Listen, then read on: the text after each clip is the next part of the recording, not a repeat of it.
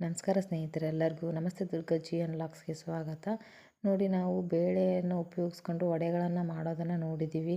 ಉದ್ದಿನಬೇಳೆ ಆಗಿರ್ಬೋದು, ಅಲಸಂದೆ ಬೇಳೆ ಆಗಿರ್ಬೋದು ಉಪಯೋಗಿಸ್ಕೊಂಡು ನಾವು ಈ ರೀತಿಯಾದಂಥ ಕ್ರಿಸ್ಪಿಯಾದಂಥ ವಡೆಗಳನ್ನು ಮಾಡೋದನ್ನು ನೋಡಿದ್ದೀವಿ. ಆದರೆ ನಾವು ಯಾವುದೇ ರೀತಿಯ ಬೇಳೆಯನ್ನು ನೆನೆ ಹಾಕದೇನೆ ವಡೆಯನ್ನು ತಿನ್ನಬೇಕಂದ ತಕ್ಷಣ ನಾವು ಮಾಡ್ಕೊಂಡು ತಿನ್ನಬೇಕು ಅಂದರೆ ಈ ರೀತಿಯಾಗಿ ನಾವು ಮಂಡಕ್ಕಿ ಅಥವಾ ಚುರುಮುರಿಯನ್ನು ಉಪಯೋಗಿಸ್ಕೊಂಡು ಈ ರೀತಿಯಾಗಿ ನಾವು 10 ನಿಮಿಷದಲ್ಲಿ ವಡೆಯನ್ನು ತಯಾರಿಸ್ಕೋಬೋದು. ನೋಡಿ ಯಾವ ರೀತಿಯಾಗಿ ತಯಾರಿಸೋದು ಅಂತ ನೋಡೋಣ ಬನ್ನಿ. ಮೊದಲಿಗೆ ನೋಡಿ, 3 ಬಟ್ಟಲಷ್ಟು ನಾನು ಮಂಡಕ್ಕಿ ಅಥವಾ ಚುರುಮುರಿ ಅಂತಾರಲ್ಲ ಅವನ್ನ ತೊಗೋಬೇಕು. ನಿಮಗೆ ಜಾಸ್ತಿ ಪ್ರಮಾಣದಲ್ಲಿ ಅಳತೆಯಲ್ಲಿ ಬೇಕಾದರೆ ನೀವು ಜಾಸ್ತಿ ತೊಗೊಳ್ಳಿ. ನೋಡಿ ಈ ರೀತಿಯಾಗಿ ನಾವು ತೊಗೊಂಬಿಟ್ಟು ಇದನ್ನು ಕ್ಲೀನಾಗಿ ನಾವು ನೆನೆಸ್ಕೋಬೇಕು. ನಾವು ಇದನ್ನು ಮಿಕ್ಸಿಗೆ ಹಾಕೋದ್ರಿಂದ ಒಂದು ಸ್ವಲ್ಪ ಚೆನ್ನಾಗಿ ನೆನ್ಕೊಳಕ್ಕೆ ನೀರಲ್ಲೇ ಬಿಡಬೇಕು.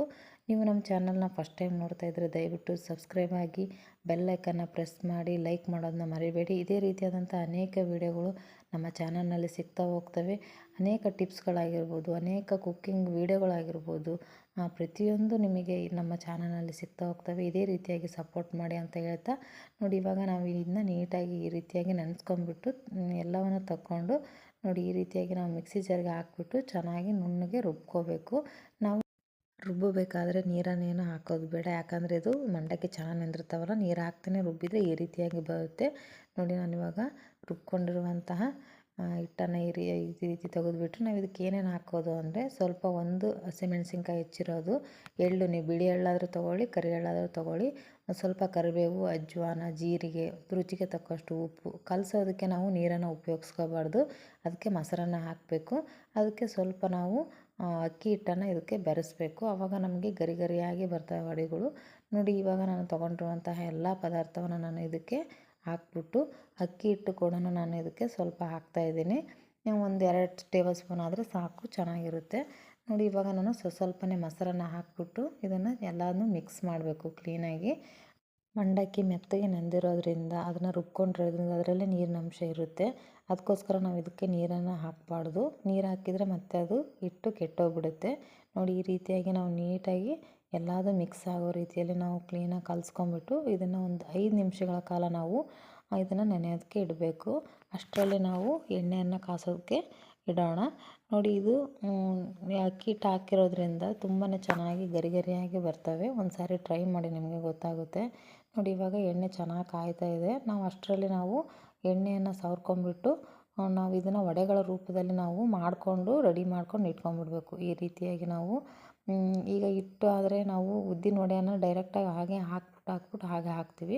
ಆದರೆ ಇದನ್ನು ನಾವು ಮುಂಚೆನೇ ಈ ರೀತಿಯಾಗಿ ಮಾಡಿಟ್ಕೊಳೋದ್ರಿಂದ ಬೇಗನೆ ನಮಗೆ ಕರಿಯೋದಕ್ಕೂ ಈಸಿ ಆಗುತ್ತೆ. ನೋಡಿ ಈ ರೀತಿಯಾಗಿ ನಾವು ನಿಮ್ಗೆ ಯಾವ ಸೈಜಲ್ಲಿ ಬೇಕೋ ಆ ಸೈಜಲ್ಲಿ ಈ ರೀತಿಯಾಗಿ ವಡೆ ಶೇಪಲ್ಲಿ ಮಾಡಿಕೊಂಡು ಇಟ್ಕೋಬೇಕು. ತುಂಬಾ ಚೆನ್ನಾಗಿ ಬರ್ತವೆ. ನಾವು ನೆನೆಸಿದ ತಕ್ಷಣವೇ ಮಾಡ್ಕೋಬೋದು ಈ ರೀತಿಯಾಗಿ ವಡೆಗಳನ್ನು. ನೀವು ಒಂದು ಸಾರಿ ಟ್ರೈ ಮಾಡಿ ಹೇಗೆ ಬಂದಿದೆ ಅಂತ ಕಮೆಂಟಲ್ಲಿ ತಿಳಿಸಿ. ನೋಡಿ ಈ ರೀತಿಯಾಗಿ ಎಲ್ಲವನ್ನು ನಾವು ಮೊದಲಿಗೆ ಮಾಡಿ ಇಟ್ಕೊಂಡ್ರೆ ಚೆನ್ನಾಗಿ. ನೋಡಿ ಈ ರೀತಿಯಾಗಿ ಮಾಡಿ ಇಟ್ಕೊಂಡ್ಬಿಟ್ಟು ಇವಾಗ ಎಣ್ಣೆ ಚೆನ್ನಾಗಿ ಕಾದಿರುತ್ತೆ. ನಾವಿವಾಗ ಮಾಡಿಟ್ಕೊಂಡಿರುವಂತಹ ವಡೆಯನ್ನು ಈ ರೀತಿಯಾಗಿ ನೀಟಾಗಿ ಹಾಕ್ತಾ ಚೆನ್ನಾಗಿ ಲೋ ಫ್ಲೇಮಲ್ಲೇ ನಾವು ಇದನ್ನ ಕರಿಬೇಕು. ನೋಡಿ ಈಗ ಮಾಡಿಟ್ಕೊಳ್ಳೋದ್ರಿಂದ ಟೈಮ್ ಕೂಡ ಬೇಗನೆ ಸೇವ್ ಆಗುತ್ತೆ. ಈ ರೀತಿಯಾಗಿ ಚೆನ್ನಾಗಿ ನಾವು ಲೋ ಫ್ಲೇಮಲ್ಲೇ ನೀಟಾಗಿ ಅದು ಗರಿ ಗರಿಯಾಗಿ ಬರೋವರೆಗೂ ನಾವು ನೀಟಾಗಿ ಫ್ರೈ ಮಾಡ್ಕೋಬೇಕು. ನೋಡಿ ಎಷ್ಟು ಚೆನ್ನಾಗಿ ಬರ್ತಾಯಿದೆ ವಡೆ, ನೋಡ್ತಾ ಇದ್ರಲ್ಲ, ತುಂಬಾ ಟೇಸ್ಟಿಯಾಗಿರುವಂಥ ವಡೆ ರೆಡಿ ಆಯಿತು. ನೀವು ಕೂಡ ಮನೆಯಲ್ಲೇ ಟ್ರೈ ಮಾಡ್ಕೊಳ್ಳಿ. ಯಾವ ರೀತಿ ಬಂದಿದೆ ಅಂತ ಕಮೆಂಟಲ್ಲಿ ತಿಳಿಸಿ.